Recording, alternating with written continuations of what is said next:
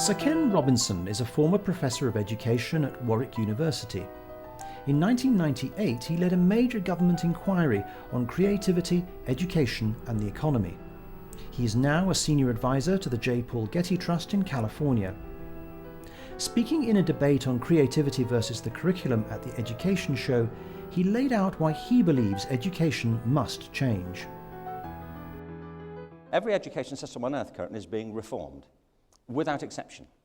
And in my opinion, the mistake most countries are making is to believe that we can face the future in education by doing better what we did in the past.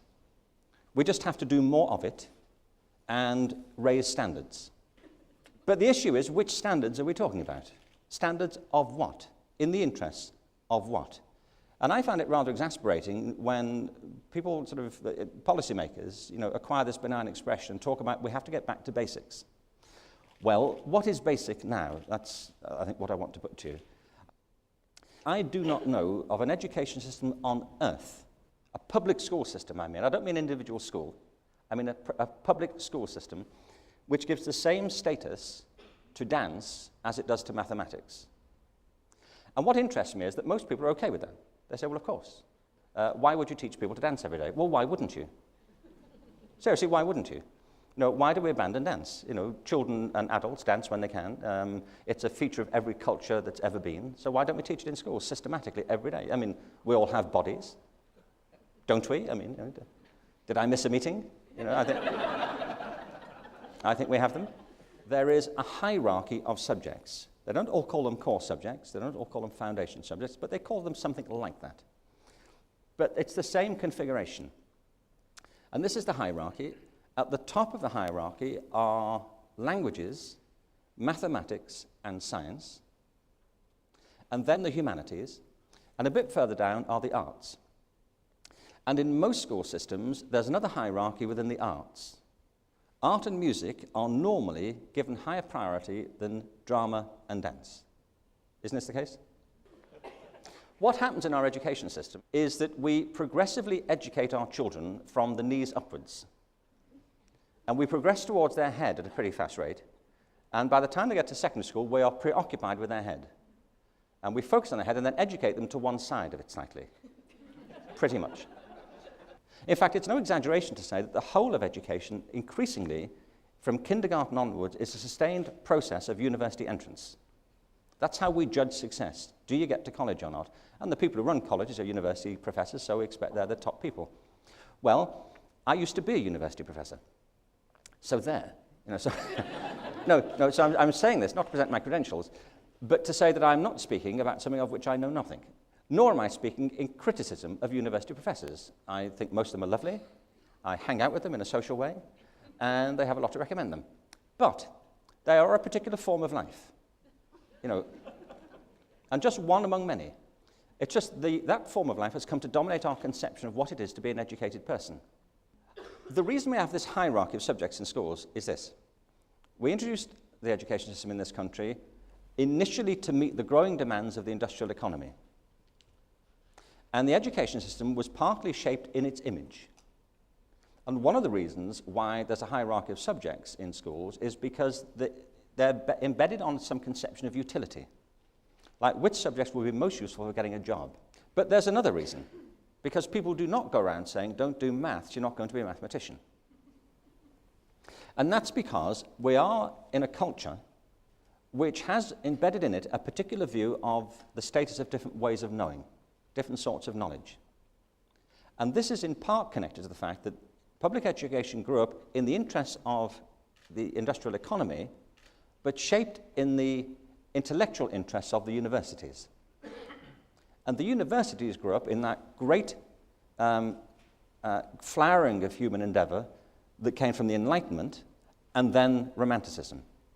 And one of the legacies of that is this bifurcation we have in our minds between, for example, the arts and the sciences. That real knowledge was about rational thinking, logico-deductive reasoning, propositional knowledge. That's what science was about. That's what academic work was about. And the arts were thought to be important for various reasons. They were to do with leisure, they were to do with being cultivated, but not really seriously to compete with the hard-edged realities of science and technology. So I'm saying there are historical reasons for why the system is the way it is. And I think there are powerful reasons to rethink it. I was born in 1950. Now, I know you don't believe this, but I live in Los Angeles and I've had work done. That's all I can tell you.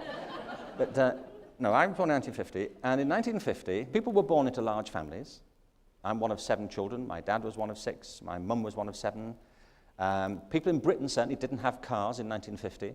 We didn't have telephones. We didn't have televisions, fridges, electricity, food, roofs. We didn't have stuff like that. It was hard. But also, women stayed at home and worked, for the most part. Men went out to work. We were told a story at school that was true. The story was, if we worked hard, and especially if we passed the 11 plus, and if we went to a grammar school, especially that, and if we went to university and got a degree, we were completely guaranteed a job. I don't think anybody questioned that story. There was no reason to question it. It was true. But it's not true now that if you leave college with a degree, you're guaranteed a job. It just isn't. So there are major differences between then and now. Well, here's the thing. Children starting school this year will be retiring in 2065, maybe 2070. Do you have any conception what the world may look like in 2065? If you do, write a book, because nobody else does. Technology is moving faster than most people really understand, I think. Nobody knows what the world will look like in 2065, or frankly, whether there will be a 2065. It's an open question currently. To face this future, I believe passionately we have to rethink some of our basic conceptions of human intelligence and ability. And to do that, we need to behave differently. We have to have different strategies in education. We need to educate people differently. I think we have 3 priorities in education, 3 things we should do. One of them is personal. What I mean is our job is to focus on each child and help them do 2 things. One is to discover their own natural capabilities, because we're all different. And secondly, to give them the confidence to move forward into the world, feeling they have a contribution to make and a life that will add up to something. The second major challenge we have for education is cultural. Education has to educate people to understand the world they are born into, their own local cultural circumstances. So identity is a big piece of this. But we have got to develop forms of education which promote mutual cultural understanding and tolerance. There is no alternative, I think, to this. If you look at the spread of conflict around the planet at the moment, assisted by technology, our only hope here is education and enlightening people about other people's cultural values and having them understand them. And the third, of course, is economic. We all want education, I think, to contribute to economic growth and development. It's a completely false dichotomy, this, to me, when people say it's not about the economy. It is about the economy. At 2 levels, we all need an education system which will contribute to the growth of economic success, because we depend on it. But we also want forms of economic growth which are sustainable. We can't literally afford economic growth at any price. We just can't. Now, creativity plays into it in this way. Let me define creativity. Creativity is the process of having original ideas that have value. I think of creativity as applied imagination. Imagination is the capacity we have to bring to mind things that are not present to our senses. But everything comes from this. Because from the capacity to bring to mind things that aren't present, grows quickly the capacity to bring to mind things that have never been present. To hypothesize, to say, well, what if? To consider possibilities and to conjecture. And from that, every feature of human culture is developed, without exception.